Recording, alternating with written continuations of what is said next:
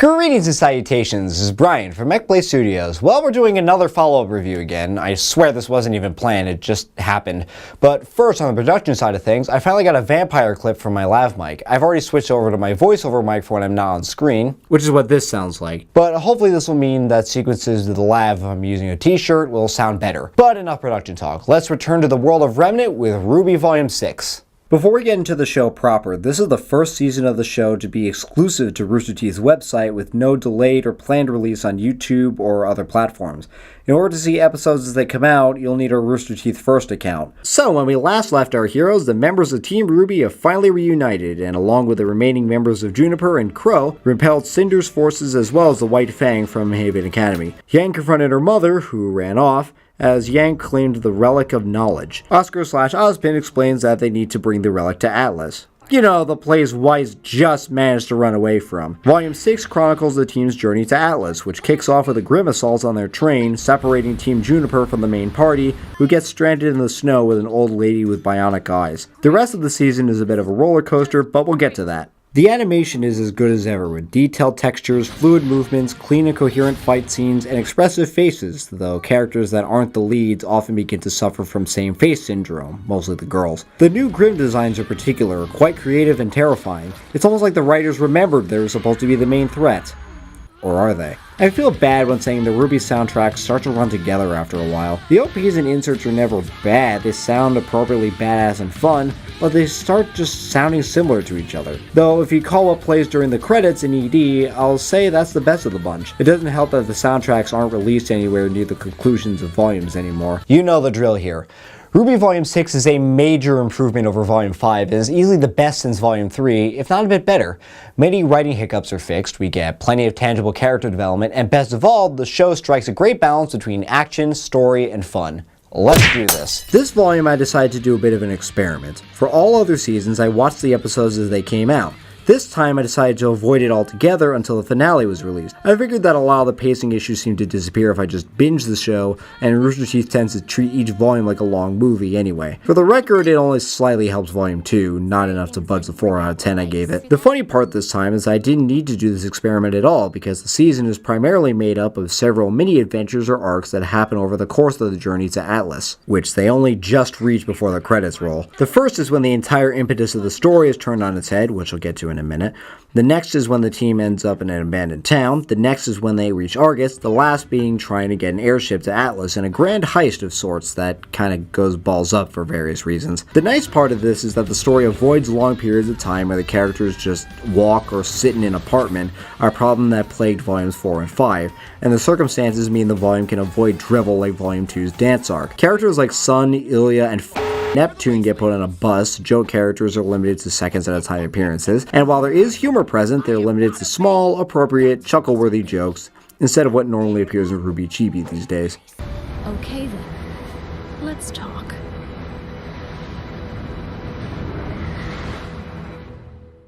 Right. So, the story gets blown up. After the crash, John asks what everyone should have asked immediately. What does the Relic of Knowledge do? Ozpin explains that it works like a genie's lamp, complete with a genie, Jinn, but instead of granting wishes, she grants answers to 3 questions before sealing herself in the lamp for another 100 years. With everyone frustrated with Ozpin's secrecy, RWBY asks Jinn what he's hiding. Cue what amounts to an OVA explaining Ozpin's past, as well as the backstory for the franchise as a whole. Ozpin was once a warrior called Ozma, who saved Salem, yes that one, from captivity in a tower. They fell in love, he dies of plot says so-itis, and Salem seeks help from the god of light, who says no, then the god of darkness, who complies and resurrects Ozma. The gods fight over the ethicality of such a thing, and they end up condemning Salem to eternal life as punishment. She tries to overthrow the gods with an army, but the god of darkness snaps and kills everyone on the planet. The god of light creates the relics and makes Ozma reincarnate until he can collect them and use them to summon the gods back to the remnant of humanity's world, which the god of light restores. Ozma and Salem find each other again, connect life and create the maidens, but as they let slip their goals, they fight, Ozma gets killed and reincarnated, and now he has to find a way to stop Salem, even though she can't be killed. That last part makes everyone pissed at Ozpin throwing what they're supposed to do into question. They still decide to bring the relic to Atlas, but nothing beyond this seems certain anymore, which is great because the last thing I wanted was just 3 more volumes of treasure hunting. An added bonus from that whole backstory is that this communicates to the audience that resurrection is frowned upon in this world, so everyone who's died so far will likely stay dead, meaning death gets to keep its gravitas. The rest of the season is made up of mini-arcs, as I mentioned before, and while not a hell of a lot got accomplished in the grand scheme of the story, the pacing is such that it doesn't hurt the volume too much. While this is obviously a serialized story, every episode works cold with no time ever wasted. Even calmer moments are spent growing the characters.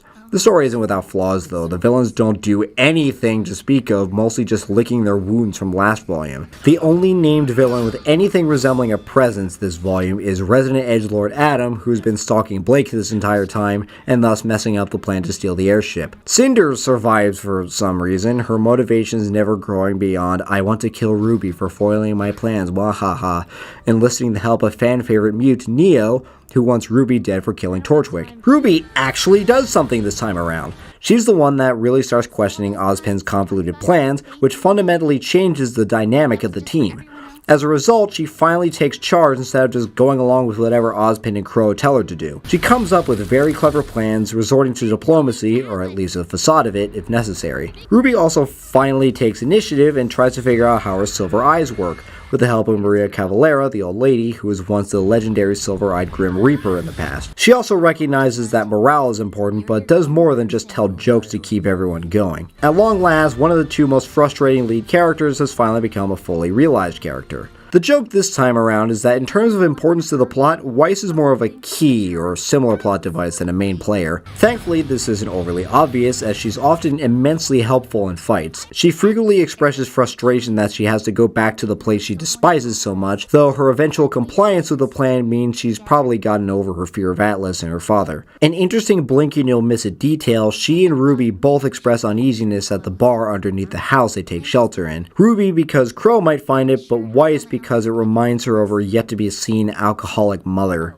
Ouch. Chances are Weiss will play a major role next time when the volume actually takes place in Atlas. Blake gets her own subplot again, what a surprise. Thankfully, she's not running away anymore, but all her screen time involved her and Yang's PTSD regarding Adam, which I thought was solved last time. At this point, if giving in to the Bumblebee shippers is what the show needs to do so it can focus on something else, then fine. Whatever. Bumblebee forever. Make it stop. I don't care anymore. The worst part is that that's the long and short of what I have to say about Yang as well. She's more or less conquered most of her demons last time as well, but apparently killing Adam and nuking the fan base was required to drive that point home. Speaking of, Adam's dead, he was an asshole, he was abusive, he was a yandere. One can interpret his animosity towards Blake this time coming from her actions in Volume 5, causing him to lose control of the White Fang, but it's still boring. He got a short of his own before the volume itself aired. He won't be missed. Crow suffers an existential crisis from the information gleaned from Jin. He normally knows exactly what's going on, following Ozpin's orders because he gave him a purpose. Now that everything has been revealed as being a wild goose chase, Crow doesn't know what to do now. All he can bring himself to do is drink, which is portrayed in a severely negative light for once, to the point that Ruby and Yang had to get him to shape up or wake up more than once. He's still a hell of a fighter, but he shows more and more visible concern for Ruby and Yang's safety, being their uncle and all. He's given much more to do than just be a slightly comedic drunken exposition bot. Also, because I know somebody's going to ask about it, yes, I know that Vic Mignogna, Crow's voice actor, has been fired from the show for allegations of misconduct at conventions. I have nothing to add beyond that, seeing as it doesn't impact the season itself. Similar to Ruby, John continues to grow as a leader, or a deputy, I guess. What he lacks in fighting prowess and physical strength, he makes up for in his aura-buffing semblance and his talent for tactics. He's become ballsy enough that he was the one that came up with the plan to steal the Atlas airship. John takes Jin's information the hardest, which is understandable given that it would appear that Pyrrha died for nothing but memes. He calms down after seeing a statue made in her honor, and speaking to a woman strongly implied to be her mother. Ren and Nora also look at the statue with him. I don't know if this is what you'd call closure, but it's a nice sign that, yes, they remember her, but they do their best not to dwell on what happened. Cinder's the same one-dimensional piece of cardboard she's always been. Moving on. Most of the newer villains introduced in Volume 4 do nothing but grovel before Salem, but Emerald and Mercury of all people get something to work with. Mercury's backstory is that his father was a huge asshole to him, stealing his semblance and never returning it until he was done with training, and that's why he's evil, just to let his rage out. Meanwhile, Emerald is showing signs she might ditch the bad guys, learning that Cinder never really cared for her, just using her as a tool, at least as she's heard from Mercury. I've already touched on Maria and her backstory earlier, but I'll add that it's nice to see an in-universe legend beyond just the backstory. Her exploits were very highly regarded in the Huntsman community, and it's easy to see why. I thought she was going to be another case of the writers introducing a character to serve a single purpose, but they bothered to give her an interesting background and personality, which is much appreciated. Her bionic eyes are really cool too. Poor Oscar becomes something of a punching bag, which is sad because he never asked to be another Ozma vessel. After the plot blows up, Ozpin seals himself inside Oscar's mind, meaning that most of the blame gets dumped on Oscar. On the bright side, he's at least becoming a decent fighter, and is determined to make the most of his time as himself before he gets completely taken over. On a final note, I joked once on Reddit that they should make a Grimm based on Godzilla. I guess I called it.